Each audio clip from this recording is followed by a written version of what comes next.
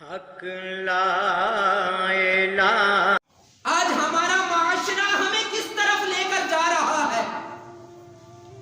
ابھی 2 دنوں کے بعد یہ 14 فروری کا دن آ رہا ہے، جس کو یہ ویلنٹائن ڈے کے نام سے لوگ یاد کرتے ہیں۔ اب یہ ذرا دیکھیں تو صحیح ہے، یہ کیا ہے؟ یہ چیز کیا ہے؟ یہ کس نے ایجاد کیا؟ کیسے بنا ہے؟ یہ 3 صدی کے اندر ایک پادری تھا، اس کا نام تھا ویلنٹائن۔ اس نے کچھ ایسی کوئی بادشاہ کی نافرمانی کی تو بادشاہ نے اسے جیل میں ڈال دیا۔ اب اسے جیل میں ڈال دیا، اب وہ جو وہاں پر جیلر تھا نا، اس کی ایک بیٹی تھی۔ اس کی بیٹی نے جب اسے دیکھا تو وہ اس کی بیٹی اس پر عاشق ہو گئی۔ ایک دن آیا کہ اس نے نا اپنے دین کو بھی چھوڑ دیا، اس نے عیسائیت مذہب اختیار کر لیا۔ اب جب وہ عیسائی ہو گئی اور ہر روز آتی وہ ایک پھول لے کر، اس پادری سے جب ملنے آتی تو ایک پھول لے کر آتی۔ ایک دن بادشاہ کو پتہ چل گیا۔ جب بادشاہ کو پتہ چلا تو بادشاہ نے اس پادری کو سزائے موت دے دی۔ اب جب اس کو سزائے موت ہو گئی تو لوگوں نے جب دیکھا تو لوگ کہنے لگے، دیکھو یہ تو عشق میں مرا ہے، لہذا یہ مرا نہیں، نعوذ باللہ یہ شہید ہو گیا۔ تب سے یہ نصرانی، یہ یہودی جو تھے، انہوں نے اسے یہ ویلنٹائن ڈے کے نام سے پھولوں کی ایک رسم شروع کر دی۔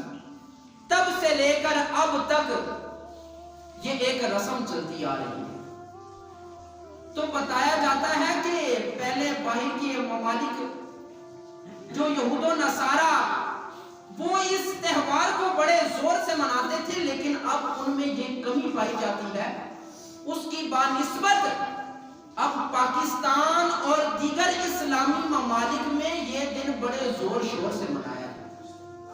عورت اسے آگے پھول دیتی تو وہ اسے بادشاہ کو یہ گوارا نہیں ہوا، اس نے اسے سزائے موت دے دی۔ ہمیں تو حضور علیہ السلام نے فرمایا کہ غیر محرم عورت، غیر محرم اس کی آواز بھی نہیں سن سکتا۔ ہمارے اسلام کے اندر تو عورت کی آواز کا بھی پردہ کہا گیا، بلکہ اعلیٰ حضرت عظیم البرکت مجدد دین و ملت الشاہ امام احمد رضا خان فاضل بریلی رحمت اللہ علیہ فتاوی رضویہ شریف کے اندر یہ فتاوی موجود ہے۔ آپ سے سوال کیا گیا، کیا عورت نعت پڑھ سکتی ہے؟ نعت کے بارے میں پوچھا گیا، آپ نے فرمایا اگر عورت نعت پڑھے، اس کی آواز غیر محرم تک پہنچ جائے، فرمایا رب تعالیٰ اس عورت کو اس نعت پڑھنے کا ثواب نہیں دے گا، بلکہ اسے حرام کام کرنے کا گناہ ملے گا۔ اتنا بڑا فتویٰ ہے۔ تو آج ہمارے معاشرے میں کیا ہو رہا ہے؟ اتنے بڑے بڑے سپیکر لگائے جاتے ہیں، عورتوں کی محفلیں ہو رہی ہیں، غیر محرم تو کیا پورے اس محلے میں آواز گونج رہی ہوتی ہے۔ اور آج تم جیسا کرو گے نا، وہ کہتے ہیں نا جیسی کرنی ویسی بننی۔ حضرت مولانا روم رحمت اللہ علیہ آپ فرماتے ہیں کہ ایک سنیار تھا، سنیار سنارا تھا۔ آپ فرماتے ہیں کہ ان کے گھر اولاد نہیں تھی، ایک چھوٹا سا بچہ لے کر انہوں نے پالا، بڑا ہو گیا۔ آپ فرماتے ہیں وہ سنیار دکان پہ ایک دن بیٹھا تو ایک عورت آئی چوڑیاں لینے کے لیے۔ آپ فرماتے ہیں اس نے جب چوڑیاں دی تو وہ کہنے لگی آپ پہنا ہی دیں۔ آپ فرماتے ہیں سنیار نے جب اس لڑکی کا ہاتھ پکڑا تو اس کی نیت خراب ہو گئی۔ آپ فرماتے ہیں بس اس کی نیت خراب ہوئی، اس نے چوڑیاں تو پہنا دی، وہ عورت چلی گئی۔ آپ فرماتے ہیں وہ سنیار جب اپنے گھر آیا نا تو دیکھا تو اس کی جو بیوی تھی نا وہ رو رہی تھی۔ اس نے پوچھا خیر ہے کیا بات ہے؟ اس عورت نے کہا وہ جو بچہ ہم نے پالا تھا نا، میں نے تو اسے بیٹا بنایا ہوا تھا، آج اتنا بڑا ہو گیا ہے، آج اس نے بری نگاہ سے میرا ہاتھ پکڑا ہے۔ وہ سنیار فوراً رونے لگ گیا، کہنے لگا یہ اس بچے کی غلطی نہیں، یہ غلطی میری ہے، کیونکہ آج میں نے دکان پہ ایک عورت کا ہاتھ پکڑا ہے۔ اے عزیزان محترم، اگر آج آپ کسی غیر محرم عورت کو اگر اس دن پر پھول پیش کرتے ہو تو وہ وقت دور نہیں، تمہارے گھر میں بھی مائیں بہنیں بیٹھی ہوئی، اپنے گھر کی طرف دیکھ کر ایسا قدم اٹھایا کرو۔ حضرت جنید بغدادی رحمت اللہ علیہ، آپ سے بھی کسی نے سوال کیا، حضور کیا غیر محرم آدمی پڑھا سکتا ہے؟ آپ کا فتویٰ بھی سنیں، اس بات کو اپنی دل کی تختیوں پہ لکھ کر لے جائیں، تاکہ کوئی ایسی بات ہو تو آپ وہاں پر یہ مسئلہ بتائیں۔